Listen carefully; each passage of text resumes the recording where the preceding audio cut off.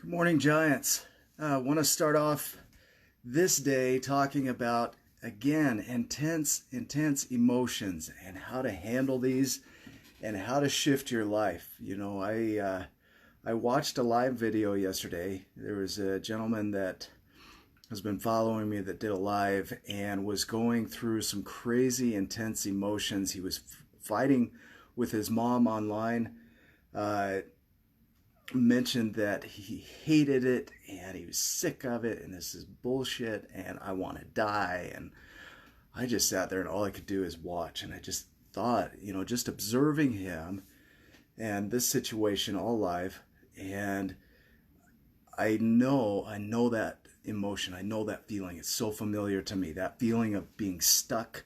We say words like this: I'm stuck. I can't do this. I can't handle this situation anymore. I don't want to keep going. Things like that. When we look at grief and we look at anxiety, they both tend to carry a similar emotion. It's really heavy, it's really dark, it's hopeless, it feels like it's never going to end. I think of grief as, man, if my life is going to be like this forever, I don't want to keep doing it. And so I want to talk about how to shift that, because if we could shift the difficult emotion and get back into creating in our lives, then we can accomplish all those things that we want to accomplish. But a lot of times we get stuck in that really heavy emotion, and it feels like it's never going to change. And we lose all sense of control, and it's this fear response of, I need to regain control. And so we go to one extreme or the other. We become extremely passive and we just let everything happen to us, or we get extremely controlling and we try and control the outcome so that that thing never happens to us again. Good morning, Heather. I'm going to talk about a theory called acceptance and commitment theory, but I'm going to shift it a little bit. It was created in the 1980s as a way to handle difficult emotions. Now, I've talked about dialectical behavioral therapy, and just to be clear, I am not a therapist, and so I'm not licensed to help you through these things, but a professional can. What I do is different. I do coaching and consulting to help you work through the emotions, but there's a level where I have to pause. But I want to take the concept and give it to you so that you can take it into your world. And when you experience those heavy emotions, you have a set of steps that you can take to create your way out of that. The first step in this is acceptance. Like, it is what it is. When there's resistance, I want you to think about the concept of resistance. I have a light right behind me, right there, right? The only reason that light works is because electricity is flowing through, and when it hits a point of resistance, it heats up and creates light, right? It needs that resistance to create light. So a certain amount of resistance is needed in our lives. If we get too much resistance, let's say that, it's just too much energy coming in and that light, that filament can't handle it, then we get a burned out light bulb or we get a blown breaker. And the same thing occurs in our lives when there's so much coming at us and we resist it. That tension builds up and you can just feel it just get tighter and tighter in there. And then we blow up, right? We lose our stuff and we create situations that are just completely damaging. And so it's that resistance that causes the anger and the frustration and the lack of trust and the control. And it just causes us to blow up our lives. I remember going through my divorce, just the amount of fear I felt about what could happen and how much resistance I had to that and how much that created just this crazy sensation inside of me to control everything. And, stepping back from it now and looking at it, it's like, holy crap, dude, where did that guy come from? It was like this case of Dr. Jekyll and Mr. Hyde. Good morning, Samantha. It's just like this resistance to it. Like, I don't want this to happen. I don't want this to be my life. I hate this. I'm done with this. We blow up and we break down, right? And it's understandable. There's so much energy coming at us and so much negativity or whatever it is coming at us. And we're so resistant to it that we just shut off, we explode. It just makes sense energetically that would occur. Now, the way around that is to diffuse it. For me, I like to step back and observe it and look at the stories that I can create around it. What's going on? Well, here comes anxiety, right? What we tend to do is we want to say, I am anxious, as though you are that thing. Well, anxiety is an event.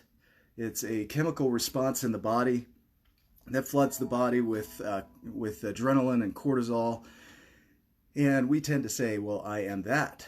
Well, the truth is you are not that. You are the human that has that occurring within them, but you are not that. So to say I am anxious is an untrue statement, because anxiety is an experience, it's an event, and you are separate from that event. So the more we could separate ourselves from the experience and recognize it's an experience and an event and not us, then we could step back and really observe it for what it is.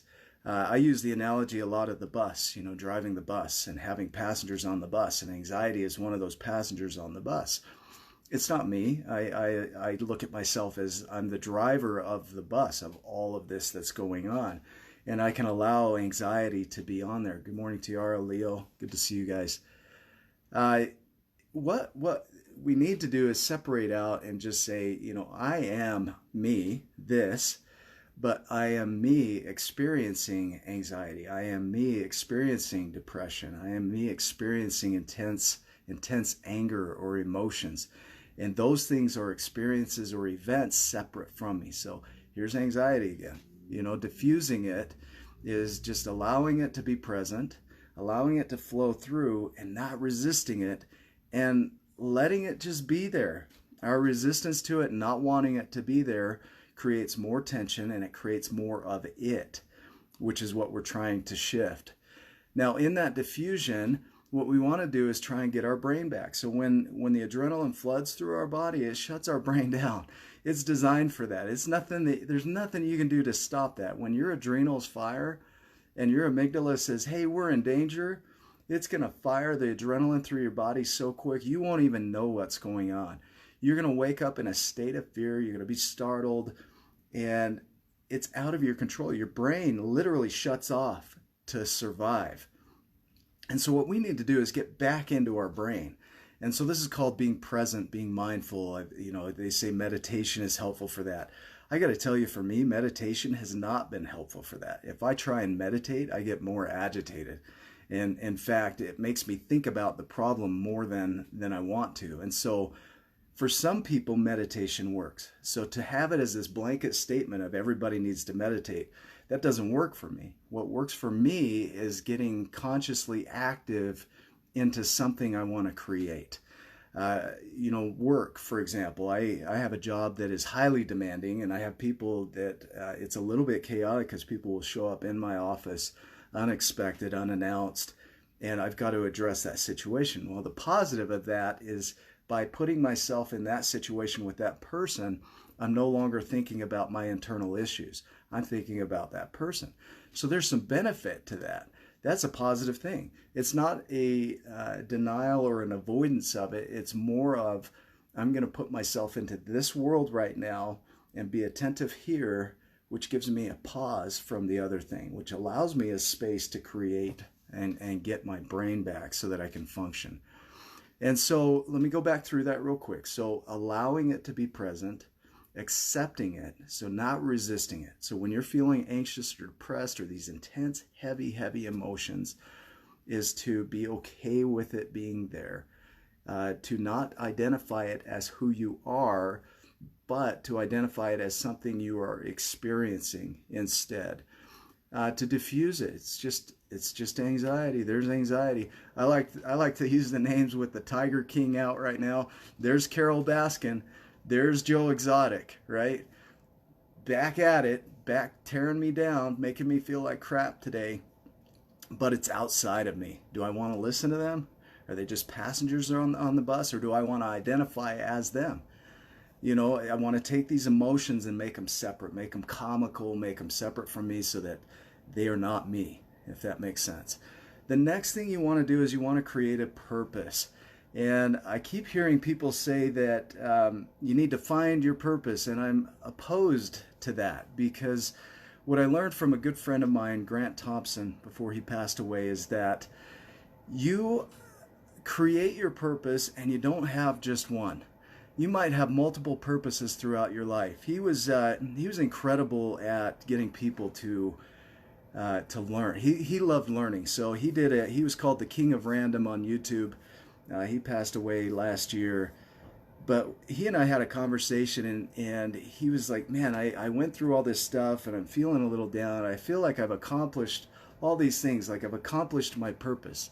But as he was talking about it, he said to me, there's this thing around it that this wasn't just the only purpose I was here to create. And so what he was looking for was his next purpose. And a purpose is just anything that gives meaning to your life. That could be, if you go, and I reference this a lot, Viktor Frankl's book, Man's Search for Meaning. This could go back to the idea of my purpose. What gives me meaning today is to make sure that my friend has bread. What gives me meaning today is to check in on so-and-so and to make sure they're doing okay. Our goal is not to take away other people's pain or suffering. Our goal is to create meaning, but not at the expense of somebody else's freedom. Hopefully that makes sense. I know there are people who will manipulate a situation so that they can create meaning and control the outcome. That is not what we're doing. What we want to do is find something that gives us meaning and purpose. For me, the book, The Giants and the Smalls, gives me a purpose of creating giants. Doing videos like this wakes me up and it gives me a purpose, something to direct my energy into that helps others. Hopefully it helps you. But it helps others to understand that what they're experiencing is okay. It's normal. It's a human function. They're not broken. You are not broken. And then learn tools to break out of it. I have clients who are just incredibly successful in their business who still struggle mentally with these same things. It's amazing to me. They can be out there and in the world, and on the surface you're like, wow, they've got it figured out. They're making good money. They don't have to worry about income ever. They've got the nice houses and the cars, and inside their head they're a wreck. They're just like, I'm broken. I can't do this. I don't know. I don't feel like I'm enough. I'm insecure. All the things that you and I experience. And so it's indiscriminate. It doesn't matter how successful you are. Look at movie stars and how broken many of their lives are. Look how many are divorced and addicted to drugs and all these things. And we think, oh, they got it figured out because they're famous. No, they're still struggling. And so these tools are useful no matter where you are. Whether you're just beginning in your life, whether you're successful or unsuccessful, whether you're depressed or anxious, it doesn't matter. These are tools that are going to help you to break through. The biggest thing is re-engagement. So in the book Dare by Barry McDonough, he talks about re-engaging with your life. So he uses some of these concepts. I feel like a lot of therapists kind of pull from different areas and create methods that work. And Barry McDonough's process is really similar to the ACT process, the acceptance and commitment therapy. And so it really comes down to recognizing that there's energy that's at play that's really heavy. It is okay for it to be there. We name it and we separate it from ourselves, right? We get present somehow, either through meditation or mindful action. So we have to put our attention into what we're doing. When I talk about action, sometimes what we do instead of getting active into creating something, what we want to do is go onto Facebook or jump on our phone and play a game and get distracted. There's a big difference between distraction and mindful action. And so distraction doesn't really help us to grow. It just takes our mind off of it for a minute, whereas committed action is going to take us and create something. Good morning, Barbarita. So action is huge. It's huge. It's the only thing I've found that's gotten me out of the deepest, darkest depressions. I remember coming out of the divorce and the separation, and my world was dark. The only way I could describe it is this void. Like there's this void that was created, and there's no walls, and it's just darkness all around me, and I don't know how to get out. And it's just, you think about this, whether it's anxiety or depression or anything else, it's like we feel stuck. and we don't see a way out. And I'm sharing with you, this is how I broke out of this, and I'm still working through it. I still have mornings where I wake up depressed. This morning, I'll tell you, this morning I woke up really, really anxious. My adrenals were going right out of bed. And understanding the body helps me to know what's at play. When you wake up in the morning, your cortisol levels are the highest right before you wake up. And why is that? It's because your body's trying to wake you up. So it gives you this spike of energy to wake you up called adrenaline. And so it does that to wake you up. And so your adrenals are going first thing in the morning to kind of launch your heart, to get you up, get you out of bed, get you going. And so that experience, if I wake up in that, I know the tools to go to. Hey, I'm just feeling anxious. What do? I'm going to get ready. So I make my bed, I get ready. I'm going to do a video. That gives me purpose. It gives me something to take action into. I decided I was going to read it or listen to a book this morning. So I listened to the book, and it gives me some ideas. And then I think, man, I wonder what this is doing or how this works. And so I do some research. It's mindful action that helps me to learn something new. And I do some research on a topic. And then I take that research and I come on here and do a video. And it just keeps me in that momentum. And then from here, I've got other things throughout the day that'll keep me going. And it's not an avoidance thing. It's recognizing, hey, anxiety, if you want to come along, I've got a lot to do, but you're welcome to ride along.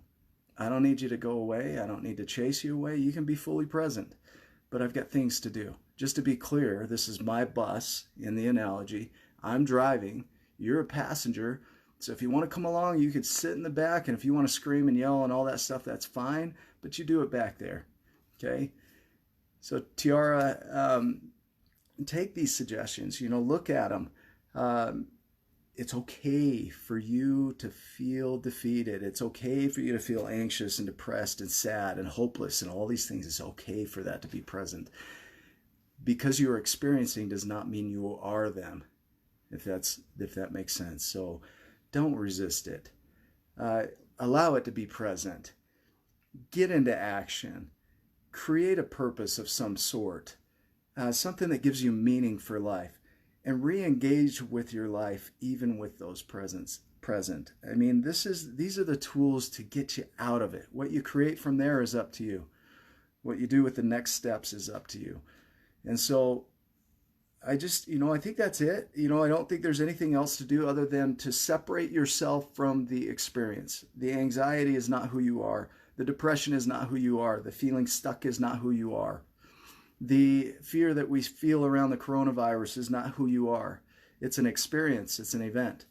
The fear around the economy is not who you are. You don't say, I am fear of the economy, because it's not true. You are not that. Any more than you would say, I am psychologist, or I am therapist, or I am author, or anything else. Okay, you are not those things. You are experiencing those things. You are separate from those things. So allow that to occur. You are the conduit for those things. And so the less resistance you have, the more you allow that to flow through you, the more likely you are to step out of this and become what you have in mind. So, being aware of where you're going is great, but being in action right now, there was something, with meaning. Let me go back to meaning real quick. Meaning is not where you're going. It's not the goal. Meaning is what it gives you purpose for, or what moves you. So just to be clear on that, meaning is not, oh, I'm going to be a movie star. Meaning is, I want to be a really good human, and I love to serve people. So that gives me meaning. So those are things that you want to step into. As with all the videos, if this is helpful, please share it. Share it with your friends. Show it on your page. Also, right now, with my purpose, the book, The Giants and the Smalls, we are creating this Kickstarter campaign.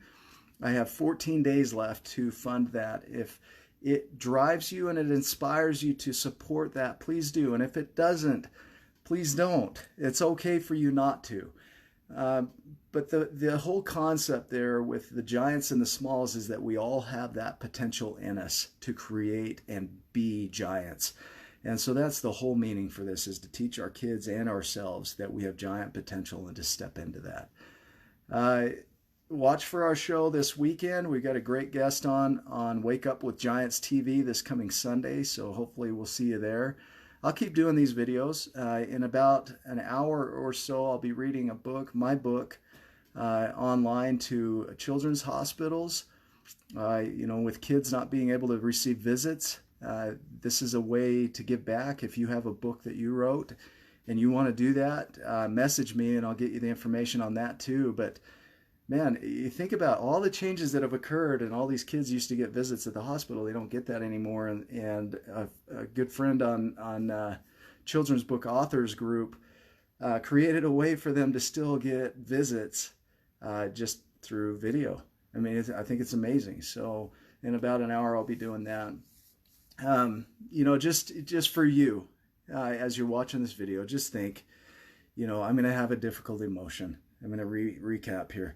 I'm going to have a difficult emotion. It's okay for it to be present. I'm not going to resist it. It's not who I am. It's just an emotion. It's okay for it to be here. I'm going to work on getting present, either through meditation or through mindful action. I'm going to create a purpose around it. So I'm going to have some meaning that I want to give it. And then I'm going to get into action around that. So hopefully that's helpful today. You guys make it a giant day, and I will see you in the next video. Thank you.